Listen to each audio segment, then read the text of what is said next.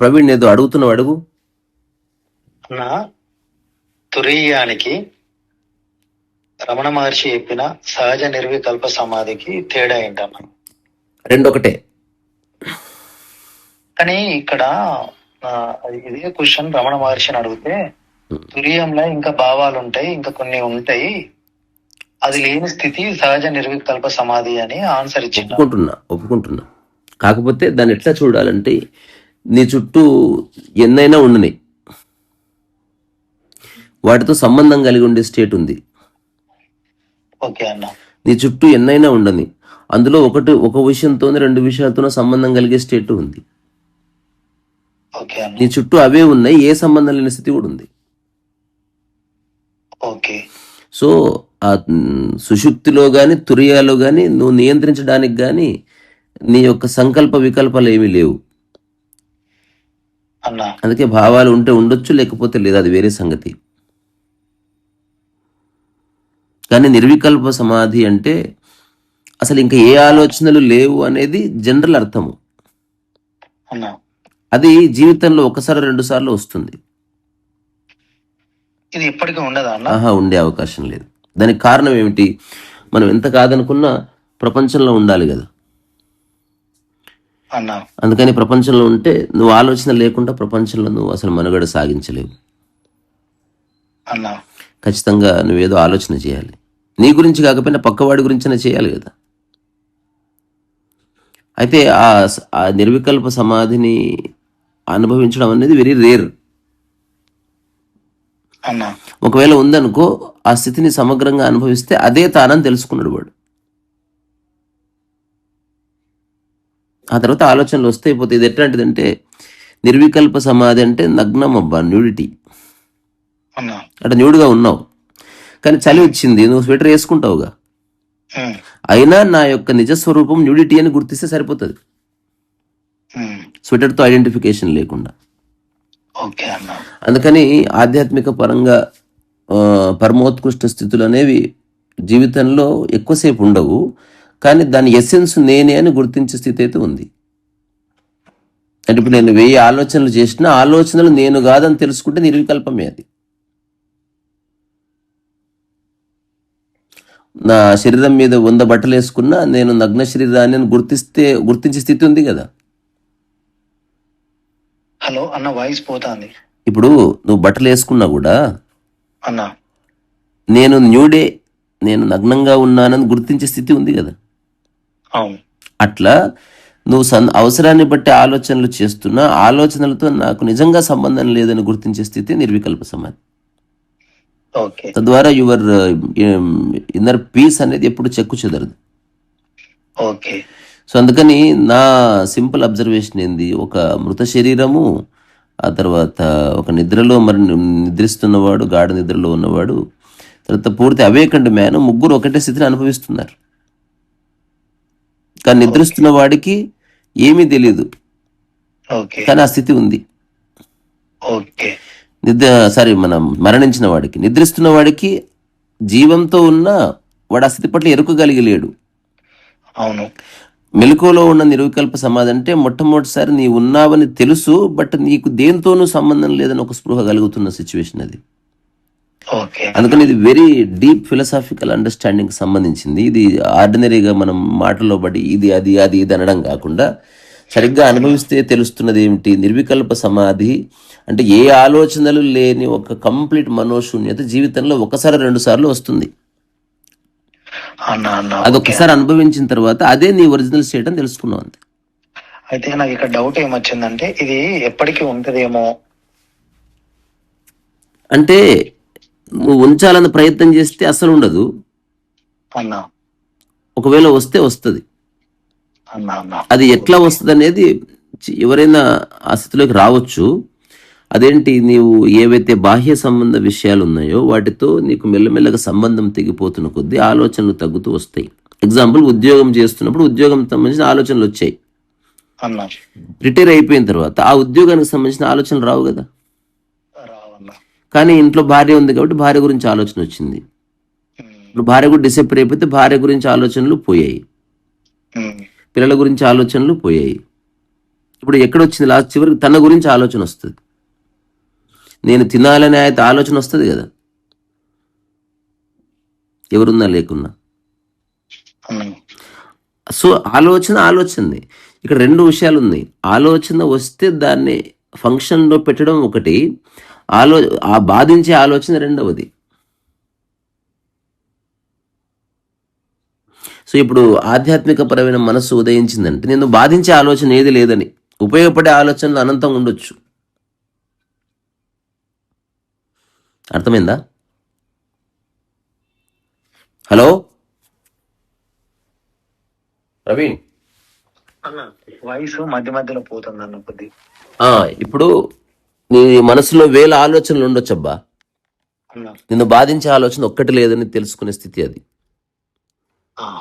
So నిర్వికల్పము అంటే అసలు ఏ ఆలోచన లేదు అని ఒక అర్థం ఉన్నప్పటికీ దాని అర్థం ఇంకొక సరిగ్గా చూస్తే, హెల్దీ వేలో చూస్తే ఎన్ని ఆలోచనలు ఉందా వాటి చేత నాకు ఏ ఇబ్బంది లేదు, బాధ లేదని తెలుసుకోవడం. ఈ డెఫినేషన్ అనేది బాగుంది. అంటే ఆలోచనలు ఉండొద్దంటే నియంత్రణ అవుతుంది, ఆలోచనలు రావాలి పోవాలి. నువ్వు ఏ విధంగా కంట్రోల్ చేయడానికి లేదు. కానీ వచ్చే ఆలోచన నిన్ను బాధిస్తుందా లేదా మాత్రమే చెక్ చేసుకోవాలి. ఇప్పుడు మనిషి నిరంతరం ఏం ఆలోచిస్తున్నాడు, ఆలోచనల వల్ల కాదు, ఒకటో రెండో ఆలోచనలు బాధిస్తున్నాయి తనని. హలో, సో ఆలోచనలు రాకుండా నేను ఉంటాను అన్నది కూడా నియంత్రణనే. ఆలోచనలు రాని పోని వాటితో నాకే తాదాత్మ్యత లేదు అని తెలుసుకోవడమే నిర్వికల్పం అంటే. అంటే ఆలోచనలు ఎన్నైనా రానియండి, వచ్చిన ఆలోచనలతోని మనకు ఇబ్బంది లేకపోతే అది నిర్వికల్ప సమాధానం అంతే. ఉదాహరణకి నువ్వు ఏదైతే ఆచరిస్తలేవో ఆలోచన అది నీది కాదని తెలుసుకో, ఎండ్ ఆఫ్ ద స్టోరీ. అందుకే ఇప్పుడు చిన్న ప్రయోగం, ఇప్పుడు ఎవరైతే వింటున్నారో నీతో సహా ఇప్పుడే ఒక ప్రయోగం చేసి చూసి తెలిసిపోతుంది. అంటే దాని యొక్క ఎసెన్స్ తెలుస్తుంది. మంచిగా బట్టరెట్టలు వేసుకొని షూ వేసుకొని రోడ్డు మీద నడుచుకుంటూ పో, కానీ నీ ఫోకస్ బట్టల మీద కాకుండా నీ న్యూడ్ బాడీ మీద ఉండని. అంటే బట్టల వెనుక ఒక నగ్న శరీరం ఉంది కదా, అట్లనే ఎన్ని ఆలోచనలు వచ్చినా ఆలోచన అంటకుండా ఉన్నదే నీవు అని గుర్తిస్తే సరిపోతుంది. ఆ న్యూడ్ బీయింగ్ అనమాట నీవు. సో అందుకని పుస్తకాల్లో ఏదైతే చెప్పారో, ఉదాహరణకి ఒక వ్యక్తి ఉన్నాడు, ఆ వ్యక్తికి తల్లి లేదు, తండ్రి లేదు, పిల్లలు లేరు, ఉద్యోగం లేదు, డబ్బు సంపాదించట్లేదు, ఆకలి అనిపిస్తే ఎవరో భోజనం పెడుతున్నారు, అతనికి ఆలోచన ఉండవు. రెండోది అతనికి ఇంటర్నెట్ లేదు, ఇన్స్టాగ్రామ్ లేదు, ప్రపంచంలో ఏం జరుగుతుందో అతను లేదు, గుహలో ఉన్నాడు, అందుకని అతనికి ఏం ఆలోచన లేకుండా ఉండవచ్చు. సో అదేం పెద్ద విషయం కాదు. ఇక్కడ విషయము, నేను ఈ ఊర్లో ఉండి రాజకీయాలు చూస్తూ, తర్వాత ఇంట్లో అందరికి కావాల్సింది చూస్తూ, పిల్లలను స్కూల్లో దింపుతూ కూడా ఆ ఆలోచనల చేత నువ్వు సఫర్ అవ్వకపోతే నువ్వు ఒక ప్రవాహ స్థితిలో ఉన్నట్టే. ఈ డెఫినేషన్ ద్వారా దీనికి కన్క్లూజన్ అనేది బాగుందన్న. సో అందుకని ఆలోచనలు లేకుండా ఉండాలి అట్లా కాకుండా ఏవైనా ఉండని, వాటిని నువ్వు జస్ట్ ఆచరించి చూడు, లేకపోతే ఆచరించకుండా వదిలేయి. కానీ దాన్ని ఆధారం చేసుకుని సఫరింగ్ ద్వారా ఓపెన్ చేయొద్దు. నేను చేయలేకపోయాను, నా మాట ఎవరు వినడం లేదు, ఆ బట్టలు ఉంటే బాగుండు, ఇంకో కొత్త ఇల్లు కొనుక్కుంటే బాగుండు, ఈ ఆలోచన బాధిస్తూ ఉంటుంది. జ్ఞాని అంటే వాడు బాధించే ఆలోచనలు లేనివాడే. మనిషికి ఉన్న ఆలోచనల కంటే జ్ఞానికి ఎక్కువ ఆలోచనలు ఉంటాయి, కానీ is not being attacked by the thought అన్నమాట. ఇప్పుడు మీరు తురియము, ఈ సమాధి రెండు ఒకటే అంటారు. ఇంకా తురియానికంటే ముందు సుషుప్తి కూడా ఉంది. సుషుప్తి, సో సుషుప్తి తురియ రెండు ఒకటే. కానీ ఇక్కడ మెలకులో ఉంటారు అని అంటారు కదా తురియంలో.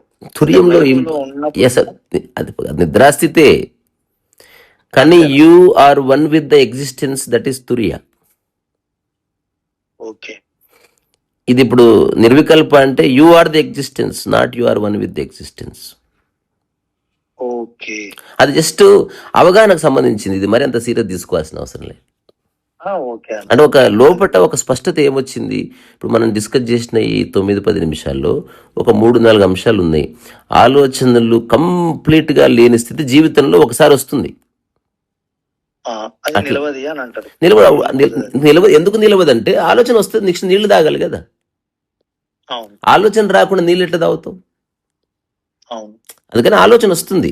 అందుకే ఎవరైతే స్పిరిచువల్ రిట్రీట్లోకి వెళ్ళి ఏకాంతాలకు వెళ్ళిపోయి అసలు ప్రపంచంతో మనుషులతో చివరికి భోజనం కూడా మానేశారు, ఉమ్, అట్లాంటి టైంలో they have experience with that. నేను అంటున్నా అంత కష్టపడాల్సిన అవసరం లేదు. అది పాత రోజుల్లో వాళ్ళకి అవగాహన లేక చేశారంట. నేను ఓకే మాటను అండర్స్టాండింగ్ సింపుల్. అన్నిటి మధ్యన ఉండు, వాటితో సంబంధం పెట్టుకోకు. ఉమ్, డీమార్ట్లో ఒకటి పని చేస్తుంటాడబ్బా, ఉమ్, కానీ ఆ డీమార్ట్లో ఉన్న ఏ వస్తువులు తనవి కాదనుకోవట్లేదు, తనవి అనుకోవట్లేదు కదా. అవునా అదే నిర్వికల్పం అంటే. అర్థమైందన్న. రెండోది, డీమార్ట్లో ఒక వస్తువు కింద పడ్డది, పోయి లేపి మళ్ళీ గూట్లో పెట్టిండు, కానీ బాధపడట్లేదు, చూసినావా? అవును అదే నిర్వికల్పం అంటే.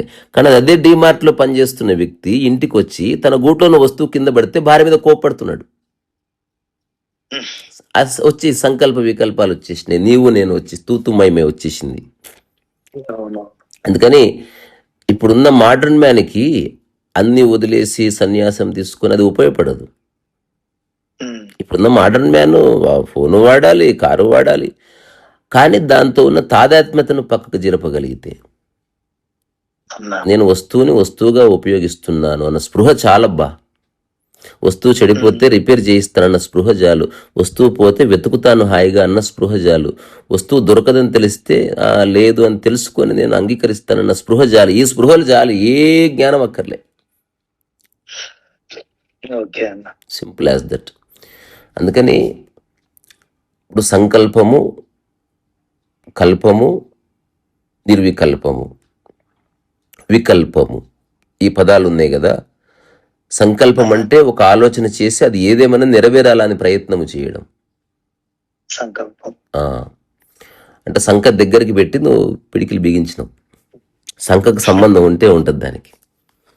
ఉమ్, రెండోది వికల్పం అంటే చేయాలనుకుంటున్నావు కానీ డిస్ట్రాక్షన్స్ వస్తున్నాయి. నేను పెయింటింగ్స్ వేద్దాం అనుకుంటున్నా, మా పిల్లగాడు ఏనిస్తలేడు.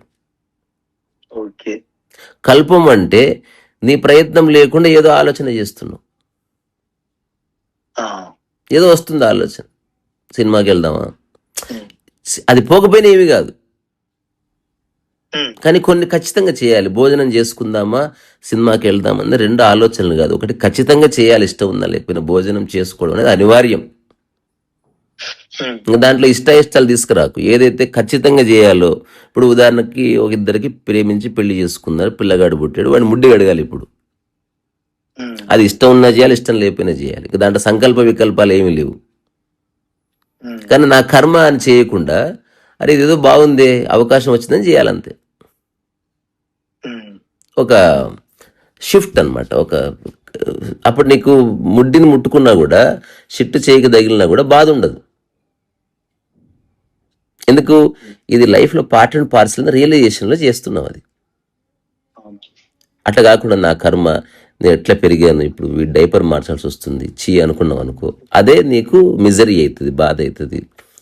అట్లా పిల్లవాడి మీద కోపం వస్తుంది. ఎన్నిసార్లు పోతావు ఆ రోజుకు, నీ దరిద్రుడు అని, వాడికి ఏ సంబంధం లేదు, బట్ నువ్వు కోపడుతున్నావు. ఉమ్, సో అంత ఆలోచనల చుట్టే తిరుగుతుంది. ఆలోచనలు నీవు చేసే ఉన్నాయి, ఆలోచనలు నీకు వచ్చే ఉన్నాయి, ఆలోచనలు నువ్వు ఇంపార్టెన్స్ ఇచ్చే ఉన్నాయి, ఆలోచనలు బరువైన ఉన్నాయి, ఆలోచనలు విలువైన ఉన్నాయి, ఆలోచనలు లెగసీగా వచ్చిన ఉన్నాయి. మా నాన్నగారి చొక్కా అండి, ఉమ్, ఇది ఒక ఆలోచన పరంపరకు సంబంధించింది. కొన్ని వేల సంవత్సరాలుగా మా ఇంట్లో ఈ విగ్రహం ఉంది. ఉమ్, అంటే ఇప్పుడు నీవు ఎన్ని పోయినా నువ్వు ఇబ్బంది పడవు, కానీ ఆ విగ్రహం పోతే నీ యొక్క కుటుంబ ప్రతిష్ట అంతా పోయినట్టు అనిపిస్తుంది. ఉమ్, వీటన్నిటి నుంచి విముక్తే నిర్వికల్ప సమాధి. ఓకే అన్న. ఇది ఎలా ఉందంటే, ఒక రాజుగారు కొడుకుకి కత్తిస్తాడు. ఉమ్, కత్తి ఇచ్చి, ఇది మీ ముత్తాత యుద్ధంలో వాడింది, ఈ కత్తి ఉపయోగించి యుద్ధాలు గెలిచాడు, ఆ తర్వాత మా నాన్నగారికి ఇచ్చారు, తర్వాత నాకు ఇచ్చారు, నేను నీకు ఇస్తున్నాను అంటాడు. ఇప్పుడు అది కత్తి కాదు, అది పెద్ద బాధ్యత. ఆ తర్వాత అదే నాన్నగారు ఏం చేస్తారు, నువ్వు జీవితాన్ని అర్థం చేసుకోకుండా రాజ్య పరిపాలన చేయలేవు, అందుకని వెళ్ళి మెడిటేషన్ చేసి గురువు దగ్గరికి వెళ్ళి పంపిస్తాడు. పంపించిన తర్వాత అప్పుడు తండ్రి వచ్చి అడుగుతాడు, ఈ కత్తి గురించి ఏదైనా చెప్పు అంటాడు. మీరు ఇచ్చిన ఈ కత్తిని నేను 10 కాలాల పాటు జాగ్రత్తగా దాచుకొని మన తాత ముత్తాతల కీర్తి ప్రతిష్ట నిలబెడుతున్నానన్న క్లారిటీ వచ్చిందంటాడు. అవునా? అయితే నువ్వు ఇంకా తెలుసుకోవాల్సిన చాలా ఉంది, మళ్ళీ గురువు దగ్గరికి పో అంటాడు. మళ్ళీ గురువు దగ్గరికి వెళ్ళి మళ్ళీ వస్తాడు 2 ఏళ్ళ తర్వాత. ఏందిరా అంటే అసలు కత్తి లేదు ఏం లేదు, అంతా అశాశ్వతం అంటాడు. ఇంకా నువ్వు తెలుసుకోవాల్సిన చాలా ఉంది, మళ్ళీ పోయిరా అంటాడు. మళ్ళీ కత్తి తీసుకున్నది. ఇప్పుడు చెప్పంటే అసలు కత్తి తాతది ఇచ్చినా తండ్రి ఇచ్చినా నువ్వు ఇచ్చినా కత్తికి ఒక ఉపయోగం ఉంది, దాన్ని సరిగ్గా ఉపయోగిస్తాను నేను అవసరమైనప్పుడు అంటాడు. అది రియలైజేషన్. అంటే దానికి ఉన్న ఆలోచనల పరంపరని తీసి పక్కన పడేశాడు, కత్తిని కత్తిగా చూశాడు. రమణ మహర్షి చెప్పి ఉన్నది ఉన్నట్టు చూడంటే అట్లా కత్తిగా చూడు, కానీ ఆ కత్తికి ఉన్న ఆలోచనలు పట్టుకున్నావు అనుకో, కత్తి సెకండరీ అయిపోయి ఆలోచనల బరువు ఎక్కువైపోతుంది. సో ఇప్పుడు మనకి అష్టావక్ర సంహితలో బుద్ధి తేలిక పడ్డది అని ఒక ఫ్రేజ్ ఉంటుంది.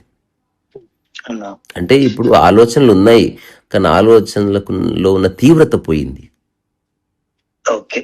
అంటే ఇది కావాలి అంటే 2 రకాలు ఉంది. ఏదేమైనా కావాలి అని ఉంది, ఇది అవసరం కాబట్టి కావాలి అని కూడా ఉంది కదా. ఏదేమైనా కావాలంటే తీవ్రత వచ్చేసింది ఇంకా దానికి. అందుకని అజ్ఞానం అంటే బాధించే ఆలోచనలు ఉన్నవాడు.